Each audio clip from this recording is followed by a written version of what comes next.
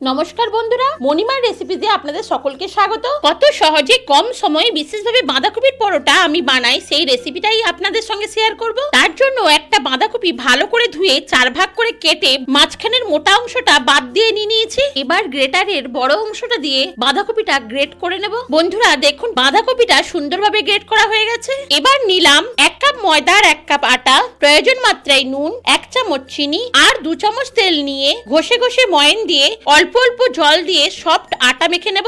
এই মাখা আটা কিন্তু রুটির মাখা আটা থেকেও নরম হতে হবে। তাই বন্ধুরা একটু তেল নিয়েও আমি মাখা আটাটা আরেকটু মেখে ঢাকা দিয়ে বাঁধাকপির পুরটা করে নেব। তার জন্য প্রথমেই 4টে কাঁচা লঙ্কা আর অল্প আদা আমি থেতো করে নেব। গ্যাসে কড়া বসিয়ে দিলাম 2 চামচ সরষের তেল, অল্প হিং আর অল্প জিরে। হালকা নেড়ে দেব থেতো করা আদা আর কাঁচা লঙ্কাটা। বন্ধুরা এতে বাঁধাকপির পুরের টেস্টটা খুব ভালো হয়, কিন্তু আপনারা চাইলে বেটেও দিতে পারেন। দেব অল্প হলুদ গুঁড়ো আর লঙ্কার গুঁড়ো, 1 চামচ জিরে গুঁড়ো আর 1 চামচ ধনে গুঁড়ো। মশলাগুলোর কাঁচা গন্ধ কাটিয়ে নিয়ে দেব বাঁধাকপিটা। বাঁধাকপি থেকে একটু জল বের হওয়ায় বন্ধুরা আমি জল ছেঁকে নিয়ে নিচ্ছি বাঁধাকপিগুলো। মশলার সঙ্গে বাঁধাকপিটা ভালোভাবে মিশিয়ে নিয়ে দেব 1 চামচ ধনে জিরের ভাজা মশলা, 1 চামচ গরম মশলা আর 1 চামচ ঘি। বন্ধুরা বাঁধাকপির পুরটা কিন্তু হাই ফ্লেমে রান্না করতে হবে, না হলে বাঁধাকপি জল ছেড়ে দেবে। বাঁধাকপির পুরটা শুকনো হয়ে গেছে। এবার গ্যাস বন্ধ করে বাঁধাকপির পুরটা অন্য পাত্রে ঢেলে নেব আর ঠান্ডা হতে দেব। এবার ঢাকা খুলে আটাটা আরেকবার মেখে নেব। দেখুন বন্ধুরা আটাটা কতটা সফট হয়েছে। তারপর লেচি কেটে নেব।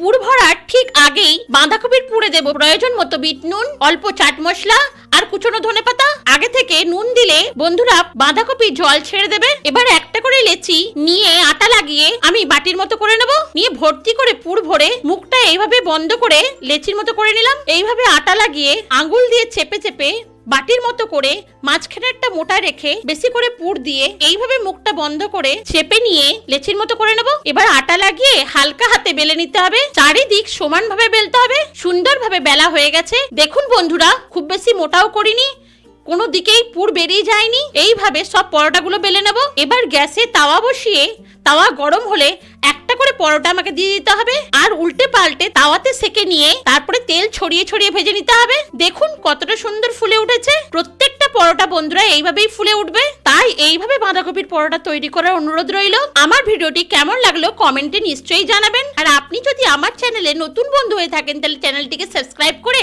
পাশে থাকা বেল আইকনটিকে প্রেস করে অলে সেট করে দেওয়ার অনুরোধ রইল। পরের ভিডিও নিয়ে আবার ফিরে আসবো। ভালো থাকবেন, ধন্যবাদ।